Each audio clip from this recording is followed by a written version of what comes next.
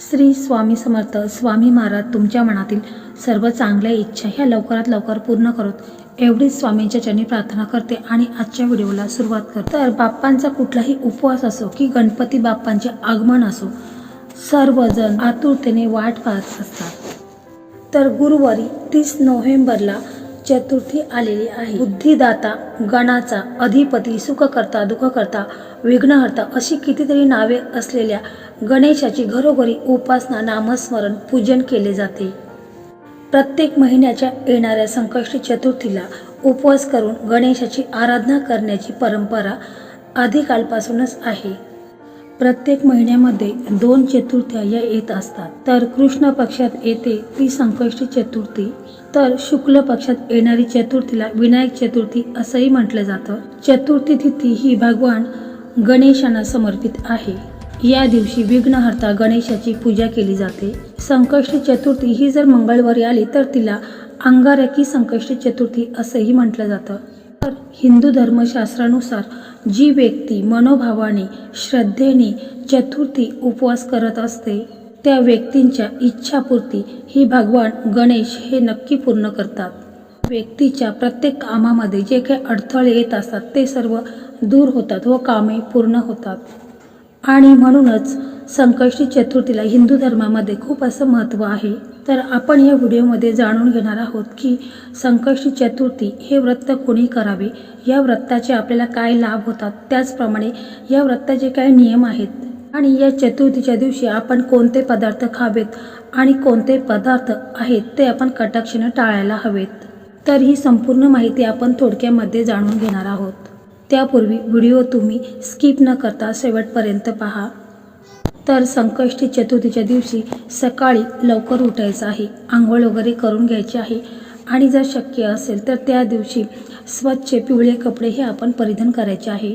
त्यानंतर आपण भगवान गणेशांची विधिवत पूजा करायची आहे. तर गणपती बाप्पांची पूजा कशा प्रकारे करायची आहे तो व्हिडिओ कालच मी अपलोड केलेला आहे, तर तो देखील तुम्ही पाहू शकता. तरी पण जे कोणी नवीन सबस्क्रायबर असतील त्यांच्यासाठी सांगणं माझं कर्तव्य आहे. तर त्यांच्यासाठी मी सांगत आहे की काय करायचं आहे की जिथे आपण गणपती बाप्पांची पूजा करायची आहे तिथे प्रथम स्वच्छ ती लादी वगैरे असेल ती पुसून घ्यायची आहे आणि मग आपण तिथे एक रांगोळी काढायची आहे आणि त्याच्यानंतर एक चौरंग असेल तुमच्याकडे किंवा पाट असेल तर तो ठेवायचा आहे. त्याच्यावरती आपल्याला पिवळा कापड असेल ते पसरवायचं आहे आणि मग आपल्याला गणपती बाप्पांना अभिषेक करायचा आहे. तर अभिषेक कसा करायचा आहे, तर अभिषेक आपल्याला पहिल्यांदा पाण्याने 11 वेळा करायचा आहे, पुन्हा 11 वेळा आपल्याला पंचामृताने अभिषेक करायचा आहे किंवा दुधाने आणि पुन्हा आपल्याला 11 वेळा पाण्याने अभिषेक करायचा आहे. त्याच्यानंतर आपल्याला गणपती बाप्पांना पुसून घ्यायचं आहे आणि मग आपण चौरंगावरती तांदूळ ठेवायचे आहे. त्या तांदळावरती आपल्याला गणपती बाप्पांची मूर्तीही ठेवायची आहे आणि मग दिवा लावायचा आहे, अगरबत्ती लावायची आहे, धूप दीप दाखवायचा आहे. त्याचप्रमाणे गणपती बाप्पांना जास्वंदीचं फूल असेल तर ते अर्पण करायचं आहे. सोबतच दुर्वाची जोडी असेल तीही तुम्ही ठेवू शकता. आणि मग हे करत असताना आपल्याला मनातल्या मनात गणपती बाप्पांचा मंत्र जाप करायचा आहे.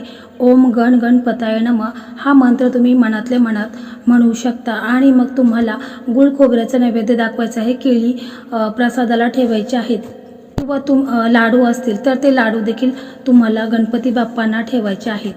आणि मग तुम्हाला शक्य असेल तर तुम्ही गणपती अथर्वशीष हे देखील पठण करायचं आहे. आणि मग हे सगळं झाल्यानंतर तुम्हाला आरती करायची आहे आणि मग तुमची जी काही इच्छा असेल, जी मनोकामना असेल ती तुम्हाला गणपती बाप्पांना बोलायचं आहे.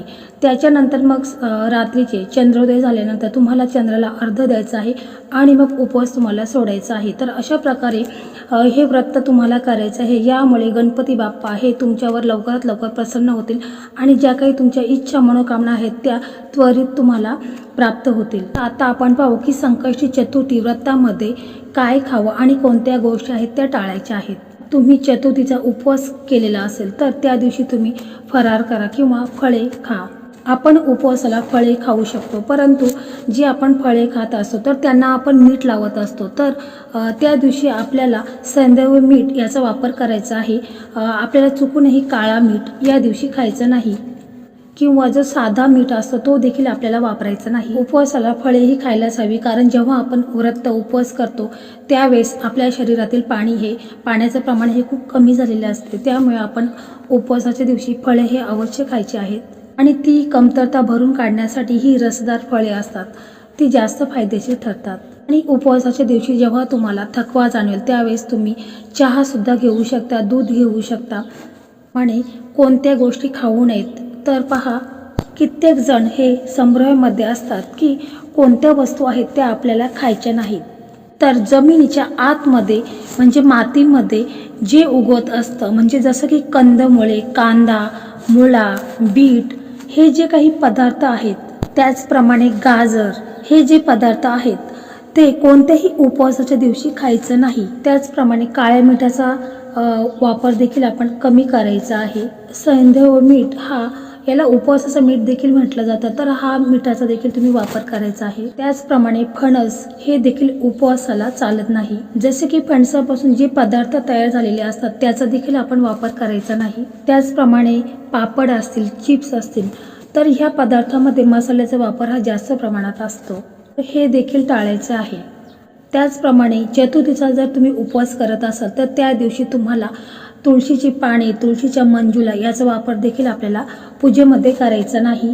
कारण तुळशीचं आणि श्री गणेशांचं त्यांच्यामध्ये सख्य नाहीये, त्यांच्यामध्ये वैर आहे. तुळस ही श्रीहरी विष्णूंना खूप प्रिय आहे, त्यामुळे त्यांना भोग लावता वेळेस तुळशी आपण अर्पण करत असतो. गणपती बाप्पांना भोलेनाथ म्हणजे महादेव, त्याचप्रमाणे माता गौरी व कार्तिके यांच्या या परिवाराला तुळशीचं पत्र हे कधी अर्पण करायचं नाही.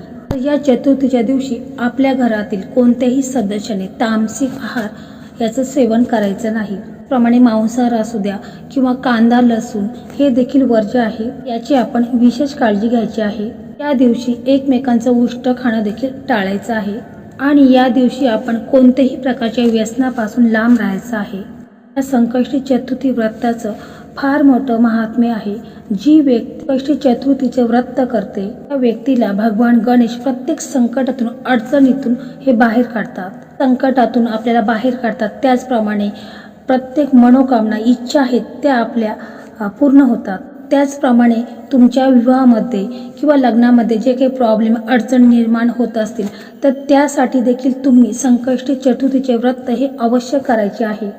भगवान गणेशाच्या कृपेने जीवनामध्ये सुख समृद्धी प्राप्त करण्यासाठी आपल्याला हे व्रत अवश्य करायचं आहे. त्याचप्रमाणे तुमच्या मुलाबाळांना अभ्यासामध्ये काही अडचणी येत असतील, काही संकट येत असतील, त्याचप्रमाणे तुमच्या नोकरीमध्ये काही प्रॉब्लेम येत असतील तर अशा तरुण तरुणीने देखील संकष्टी चतुर्थी हे व्रत अवश्य करायचे आहे. कारण 64 कलांचे अधिपती आहेत भगवान गणेश. भगवान गणेश सर्व देवांमध्ये प्रथम आहेत. 64 कलांचे अधिपती देवता आहेत भगवान गणेश.